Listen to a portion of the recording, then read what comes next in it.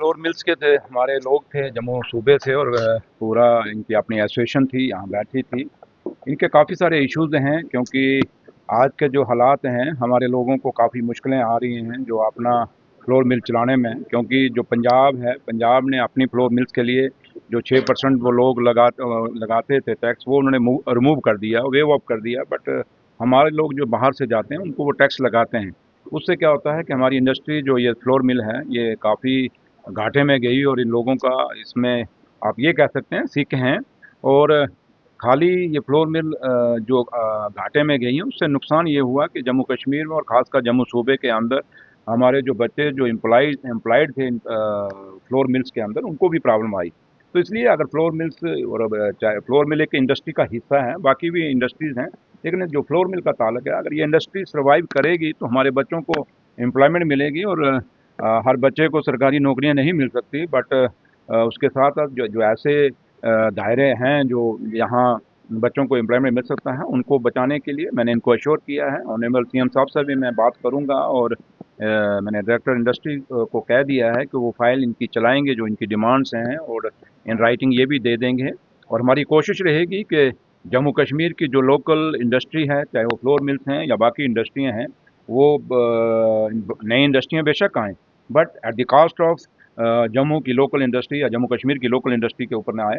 हमारी अपनी लोकल इंडस्ट्रियाँ हैं, वो सर्वाइव उनका होना चाहिए, वो चलनी चाहिए। तो उसी के लिए मैंने ये मीटिंग रखी थी, और अब जो मैंने इनकी बातें सुन ली, इनकी सजेशन भी सुन ली, और जो इन्होंने सजेशन दी हैं उन सजेशन पे गौर किया जाएगा। और मैंने इनको कहा कि आप उम्मीद रखें, सरकार आपके लिए कोई अच्छा ही लेके आएगी। देखिए, जहाँ तक रामबन का ताल्लुक है, मेरे दो ऑनरेबल एमएलए हमारे रामबन के और बनाल के, सजाद शाहीन साहब और अर्जुन सिंह राजू साहब, उनकी उमर साहब से बात हुई थी कल सुबह जब वहाँ फ्लड आया।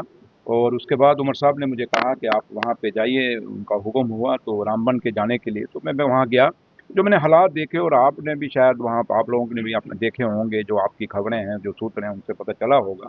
रामबन की काफ़ी खस्ता हालत हुई वहाँ, क्योंकि एक बावली मार्केट है, वो पूरी दुकानें वहाँ बह गई। और उसके बाद एक उस्मान वहाँ पे होटल है, वो पूरा बीच में दब गया। और मैंने अपनी आंखों से देखा कि गाड़ियाँ दबी हुई थी, कारें और छोटी गाड़ियाँ और बड़ी गाड़ियाँ दबी हुई थी।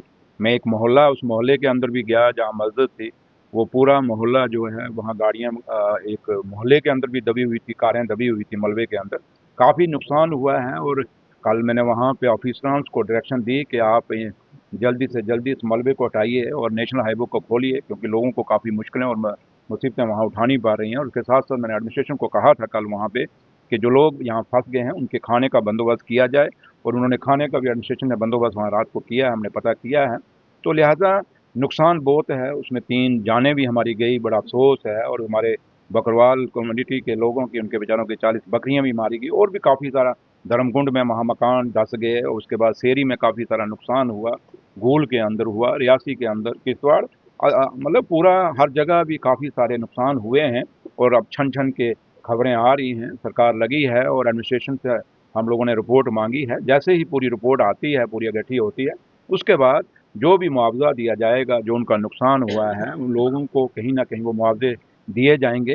लेकिन मेरा कल रामबन जाने का एक ही मकसद था, उनको ये दिलाने का कि उमर अब्दुल्ला सरकार आप लोगों के इस दुख की घड़ी में आप लोगों के साथ है। और जम्मू कश्मीर में जहाँ जहाँ भी कायम आता है, वहाँ उमर अब्दुल्ला सरकार जो है हमेशा अपने लोगों के साथ खड़ी। सर, जिस तरह से बात करें आप ग्राउंड पे